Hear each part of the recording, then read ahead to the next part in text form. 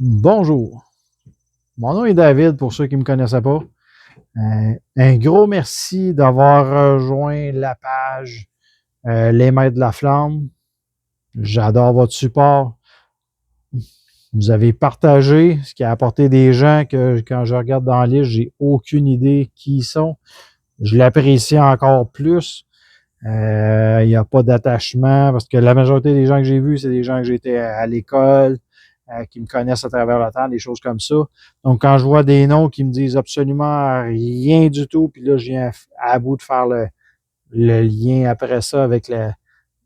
C'est parce que veux pas vous êtes intéressé à la cuisson, la barbecue, ces choses-là. Donc, ça me touche parce que là, personnellement, c'est des gens qui me connaissent pas. Donc, je trouve ça très agréable. Ceux qui me connaissent, continuez à me partager, continuez à me liker. Ça me fait encore plus plaisir. Euh, les maîtres de la flamme, c'est quoi? C'est un gars dans la quarantaine qui a eu un déclic l'année passée. Puis je vais le dire sincèrement, c'est le Bell Rose Battle euh, à l'automne passé que j'ai été voir compétition de barbecue, ces choses-là, que je savais ce qui se passait, je suivais des gens, je suis même à la limite. Puis pour pas le nommer, puis sincèrement, ça a été, j'ai parlé avec lui au début de l'aventure, quand il a parti sa chaîne, je crois, ces choses-là. J'ai vu plusieurs recettes. Le chef Colosse, euh, sincèrement, super bon gars, donne des cours, ces choses-là. J'ai appris beaucoup de lui. Donc, je suis pas gêné de le nommer sur ma page, sur mon vidéo. Le chef Colosse, sincèrement, un gros merci à lui.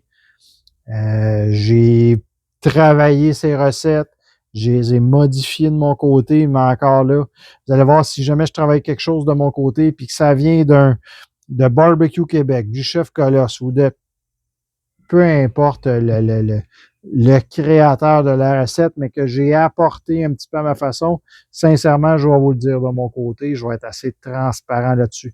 Il y a des recettes que je vais apporter, par exemple, qui sont pas mal de ma création, ces choses-là, que j'ai vraiment travaillé, dont ma fameuse sauce à côte levée, que les gens adorent. J'ai des mix d'épices, des rubs aussi que j'ai travaillé moi-même, que je travaille énormément avec. Et je suis assez confiant de les emmener en compétition. J'ai des sauces, par exemple, des épices, des rubs d'épices pour emballer votre viande que j'utilise qui viennent des petites boutiques un peu plus spécialisées sur ces choses-là. Encore là, je vais pouvoir vous dire un petit peu où ce que je les ai trouvés, comment les trouver, les différencier, savoir, en regardant les ingrédients, là, quand on regarde vraiment à l'endos du pot de sauce ou du pot d'épices, euh, les indices qui vont nous indiquer un petit peu comment les travailler, avec quel type de viande, quel goût que ça va apporter comme tel. Donc, le but est de rendre ça quand même accessible à monsieur, madame, tout le monde. Que ça soit familial, vous allez même possiblement voir ma fille peut-être sur des vidéos qui va avoir 10 ans, qui va me donner un coup de main, qui m'aide déjà beaucoup dans mes repas que je fais, autant longue cuisson ou un petit short and sweet souper, comme on dit, là. Euh, Elle m'aide quand même beaucoup malgré son âge, pas du temps père-fille comme tel. Et moi, de mon côté, j'adore, puis j'ose imaginer qu'elle aussi de son côté. Donc, vous risquez de l'avoir. Est-ce que ça va être simplement en goûteuse de dessert sur le barbecue ou est-ce que c'est elle qui va vous montrer sa fameuse recette pour faire son poulet pané de la façon qu'elle panne? Parce que sincèrement, c'est elle qui panne mon poulet, mes boulettes de Général Tao. C'est la meilleure que je connais.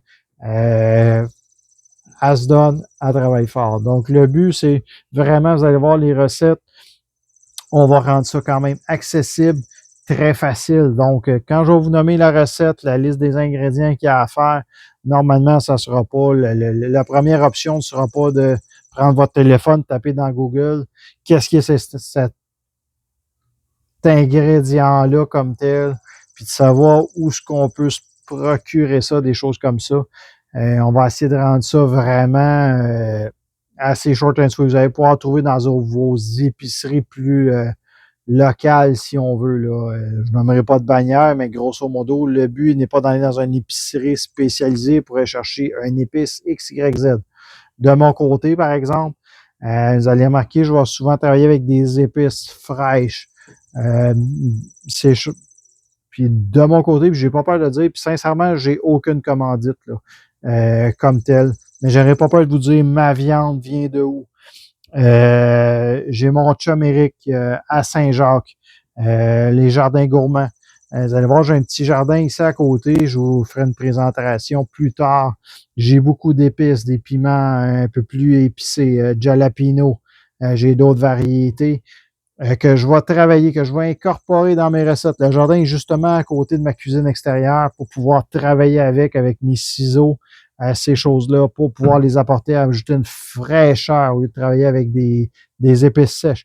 Si c'est ce que vous avez, allez-y avec ça. Mais c'est sûr que si vous travaillez avec des épices fraîches, le goût, la saveur va vraiment être différente. Donc, de mon côté, je remercie énormément mon chum Eric. Les Jardins Gourmands à Saint-Jacques, sincèrement, si vous êtes dans le coin de la Naudière, c'est une place à découvrir, quelqu'un qui veut cuisiner. Ça s'appelle pas les Jardins Gourmands pour rien. À peu près tout ce qui vend se consomme. Il y a énormément d'épices, il y a une énorme variété de piments forts. Il y a énormément de variétés de tomates, différents goûts, ces choses-là. C'est des choses qu'on va travailler de notre côté. Que ce soit la simple salade, incorporer ça dans un burger, une salsa ou quelque chose comme ça. Donc, on va travailler, mais souvent, je vais travailler avec des épices fraîches de mon côté. Je vous le recommande, mais en même temps, je comprends très bien que si c'est des épices déshydratées que vous avez, allez-y avec ça. De mon côté, ce qui reste dans mon jardin, j'utilise mon déshydrateur pour déshydrater mes épices, pour les réutiliser tout au courant de l'hiver. On va chercher un goût, on récupère dans le fond notre investissement. Puis sincèrement, au niveau du coût des épices, ces choses-là, on vient vraiment leur gagner sur le long terme comme tel. Là, parce que c'est des épices qu'on va utiliser tout le long de l'été. Puis plus on sert du plant, plus on le coupe, plus il va pousser, plus il va fournir. Donc, quand on arrive dans le temps de l'automne, vers la fin, on coupe nos épices, on les déshydrate, puis on est capable de les réutiliser. Donc, c'est différentes techniques qu'on va travailler, vous et moi. On va travailler au niveau de l'injection. Je veux travailler les différentes variantes aussi de recettes, comme j'ai parlé, qu'on va pouvoir faire différents types de sauces, de marinades, de mix d'épices. Vous êtes capable de recevoir des gens chez vous avec, exemple, 3 types de côtes levées, les côtelettes, ces choses-là. Pourquoi se limiter simplement à les badigeonner simplement d'une sauce ou de mettre des épices sur une? Vous recevez, vous avez 12 côtelettes. Et ça vous dérange pas là, que les gens prennent une moitié de côtelettes, un tiers de côtelettes, mais que vous ayez plusieurs sortes. Vous allez pouvoir partager là-dessus, donner différentes opinions, ces choses-là. Puis ça rend l'expérience encore plus le fun, je trouve, en tout cas, de pouvoir partager puis échanger là-dessus. Ça va vraiment être le but ici de la chaîne, c'est de rendre ça accessible puis de donner plusieurs variantes de la même recette, si on veut, différentes façons de les travailler. Puis je pense que c'est là-dessus que je vais pouvoir me démarquer. Donc, encore une fois, mon nom est David, puis un gros merci de me soutenir puis d'être là. Puis soyez patients, les recettes s'en viennent, autant en dessert, en barbecue, sur le fumoir, puis si on a de la demande, on a un petit four à pizza ici en arrière qui demande juste à être utilisé. Donc, on pourra travailler différentes pâtes à pizza, puis les différentes conceptions, tant de cuisson, les fromages, ces choses-là, ça va me faire plaisir. Puis si jamais vous avez des questions, me poser directement, il n'y a pas de problème. Écoute, David, j'ai telle affaire à faire, ces choses-là. Qu'est-ce que tu me suggères comme mix d'épices, de sauce? Ça va me faire plaisir de vous enligner puis de travailler avec vous puis de vous donner différentes visions pour votre recette. Encore là, n'hésitez pas. Je reste un gars qui est quand même très accessible. Encore là, un gros merci à vous. Puis on se voit sur les prochaines vidéos.